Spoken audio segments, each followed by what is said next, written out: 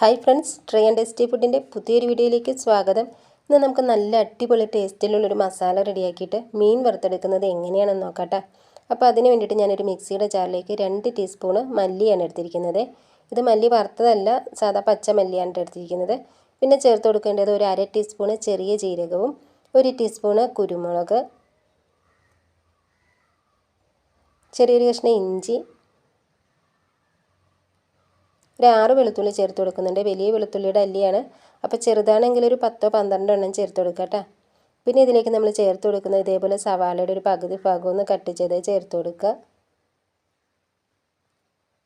2 പച്ചമുളക് ചേർത്തിട്ടുണ്ട്. അപ്പോൾ നല്ലോണം എരിവുള്ള മുളകാണ്. എരിവ് കുറഞ്ഞിട്ടുള്ളതാണെങ്കിൽ 3-4 എണ്ണം വരെ എടുക്കുക കേട്ടോ. ഇതൊന്ന് അടിച്ച് വെച്ചിട്ട് നല്ലോണം ഒന്ന് അടിച്ചെടുക്കുക. അപ്പോൾ ഈ ഒരു രീതിക്കാണ് ഒരു മസാല നമ്മളൊന്ന് അടിച്ചെടുത്തിരിക്കുന്നത്. ഈ മസാല നമുക്ക് വേറൊരു പാത്രത്തിലേക്കൊന്ന് മാറ്റിയെടുക്കാം കേട്ടോ. ഇനി ഈ മസാലയിലേക്ക് ഒരു 1/2 ടീസ്പൂൺ മഞ്ഞൾപ്പൊടിയും ഒരു 2 ടീസ്പൂൺ മുളക് പൊടി ചേർത്ത് കൊടുക്കുന്നുണ്ട്. അപ്പോൾ 1 ടീസ്പൂൺ എരിവില്ലാത്ത മുളക് പൊടി, 1 ടീസ്പൂൺ എരിവുള്ള മുളക് പൊടിയാണ് ഞാൻ ചേർത്ത് കൊടുത്തിരിക്കുന്നത്. ഒരു 1/2 ടീസ്പൂൺ മുതൽ 3/4 ടീസ്പൂൺ വരെ ഉപ്പ് ചേർത്ത് കൊടുക്കാം കേട്ടോ. ഇനി കുറച്ച് മല്ലിയില ഒന്ന് അരിഞ്ഞ് ചേർത്ത് കൊടുക്കുന്നുണ്ട്. അപ്പോൾ മല്ലിയില ഇഷ്ടമല്ല എന്നുണ്ടെങ്കിൽ കറിവേപ്പില ചേർത്ത് കൊടുത്താൽ മതി. പിന്നെ ചെറുനാരങ്ങയുടെ ഒരു പകുതി ഭാഗം നീരൊന്ന് പിഴിഞ്ഞ് ചേർത്ത് കൊടുക്കുക.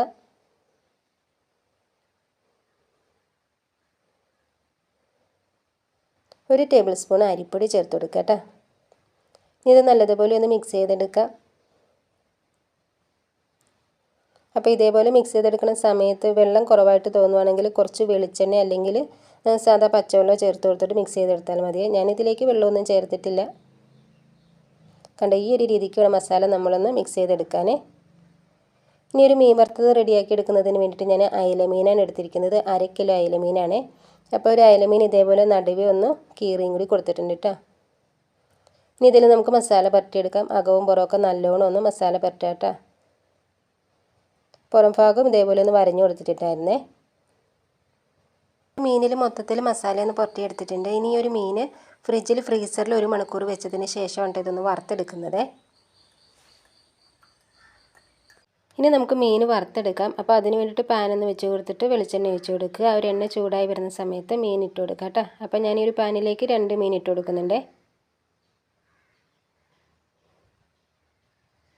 ഒരു മീഡിയം ഫ്ലെയിമിൽ വെച്ചിട്ടൊന്ന് കുക്ക് ചെയ്തെടുത്താൽ മതി കേട്ടോ.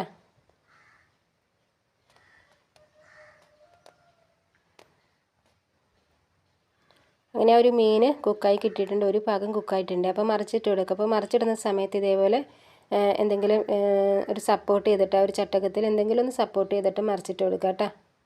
അല്ലെങ്കിൽ ഇത് കുക്കായി കഴിയുമ്പോഴത്തേക്കും നമ്മൾ കീറിയ മീനായതുകൊണ്ടേ അപ്പോൾ ഒരു മീൻ ചിലപ്പോൾ ആ ഒരു ദേശം അടന്ന് പോകുമേ.